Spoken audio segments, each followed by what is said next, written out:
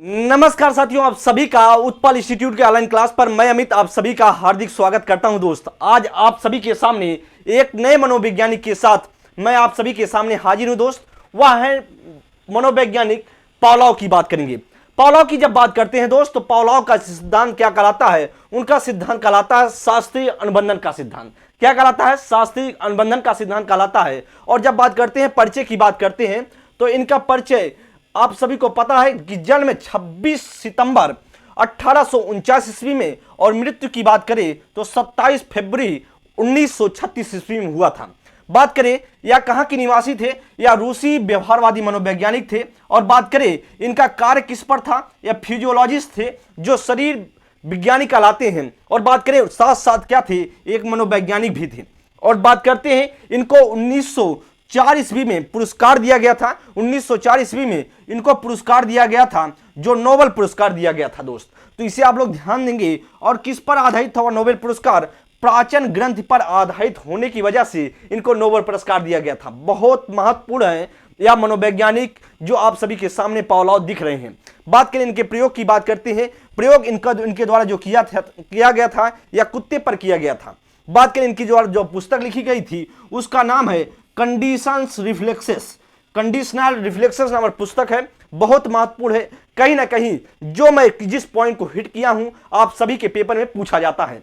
बात करें आगे, हम देखते हैं इनसे संबंधित चीजें आगे देखते हैं। जब बात करते हैं तो इनके सिद्धांत को क्या क्या नाम दिया जाता है। सिद्धांत की बात करें तो इनके सिद्धांत को यश टाइप या उद्दीपक अनुकूलन सिद्धांत कहा जाता है। या बात किया जाए शास्त्रीय अनुकूलन का सिद्धांत या प्राचीन अनुकूलन का सिद्धांत कहा जाता है। बात करें अनुकूलित अनुक्रिया का सिद्धांत कहा जाता है। बात करें संबंध अनुक्रिया का सिद्धांत कहा जाता है। बात करें और आगे देखते हैं प्रतिवादी प्रतिक्रिया का निर्माण भी कहा जाता है। अनुकूलित प्रत्यावर्तन का सिद्धांत, बात करें क्लासिक अनुबंधन का सिद्धांत भी कहा जाता है। तो देखिए आप सभी के सामने जो अलग अलग नाम दिए गए हैं, इससे मतलब यह है कि आप सभी के पेपर में कहीं ना कहीं कोई भी अगर नाम देकर पूछता है तो आप अच्छे से कर पाए। इसी वजह से हम सारे के सारे नाम इनके लिख दिए हैं जो इनके सिद्धांत से संबंधित है। तो आप लोग अच्छे से ध्यान देना। आगे हम जब बात करते हैं, जब इनसे बात करते हैं, इवान पावलोव की बात करते हैं, तो इनके जो सिद्धांत था, इनका जो प्रयोग किया गया था वह एक कुत्ते पर किया गया था। और कुत्ते की बात करें, पावलोव ने क्या किया कि एक कुत्ते को मेज से बांध दिया था। एक कुत्ते को मेज से बांध दिया और बांध करके कुछ दिनों तक भूखा रखा गया था। और भूखा रखा गया तो कुत्ता एकदम भूखा था और उसके सामने जैसे भोजन दिया गया तुरंत कुत्ता लार टपकाने लगता है। और कुत्ता जैसे लार टपकाना शुरू कर देता है तो उनका प्रयोग था उसी कुत्ते के लार से उन्होंने प्रयोग किया था। और बात किया जाए फिर धीरे धीरे कुछ दिनों के बाद घंटी बजा करके भोजन दिया गया, तो उसे कुत्ते को लगा कि घंटी बजती है तब भोजन मिलता है, तो धीरे धीरे वह जोड़ने लगा उस घंटी से भोजन। फिर एक दिन ऐसा हुआ कि सिर्फ घंटी बजी और भोजन नहीं मिलता है, तो कुत्ता तब भी लार टपकाने लगता है। लेकिन यह क्रिया जब कई दिनों तक चलने लगती है तो फिर कुत्ता भी समझ जाता है कि अब खाना मुझे नहीं मिलेगा, घंटी भले ही बजती है। तो यह था उनका सिद्धांत। बात करें जो यूसीएस होता है, इनके सिद्धांत में प्रयोग किया गया था यूसीएस, यूसीआर, सीएस और सीआर।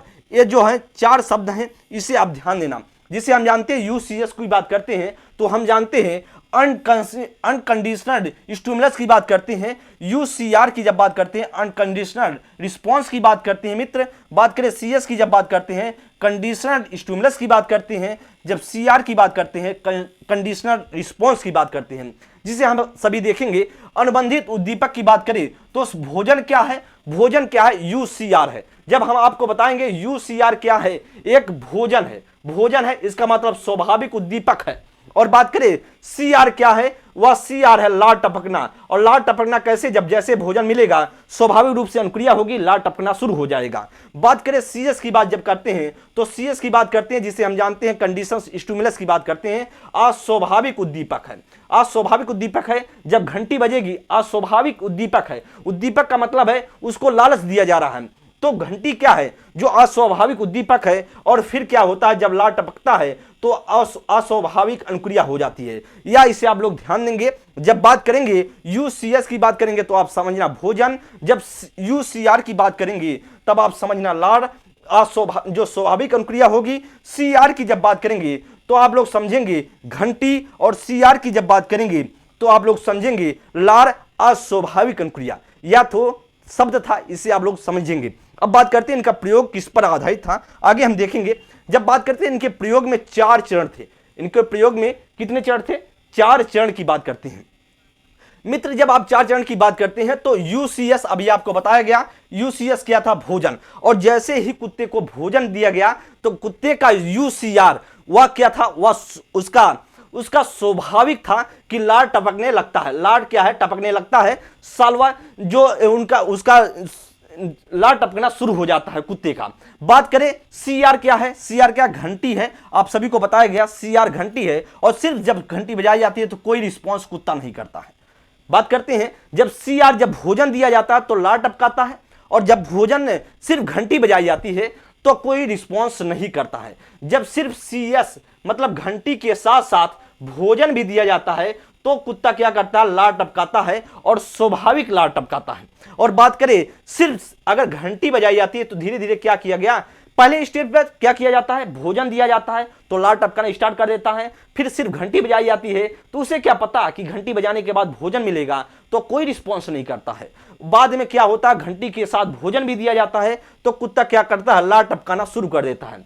बात करें जब सिर्फ घंटी बजाई जाती है, देखिए जब दोनों के साथ करता है तब भी लार टपकाता है, तो धीरे धीरे कुत्ता जान जाता है कि घंटी बजेगी और भोजन साथ आएगा, इसका मतलब पहले से लार टपकाना स्टार्ट कर देता है। और घंटी जैसे बजती है तो कुत्ता क्या करता है, लार टपकाना स्टार्ट कर देता है।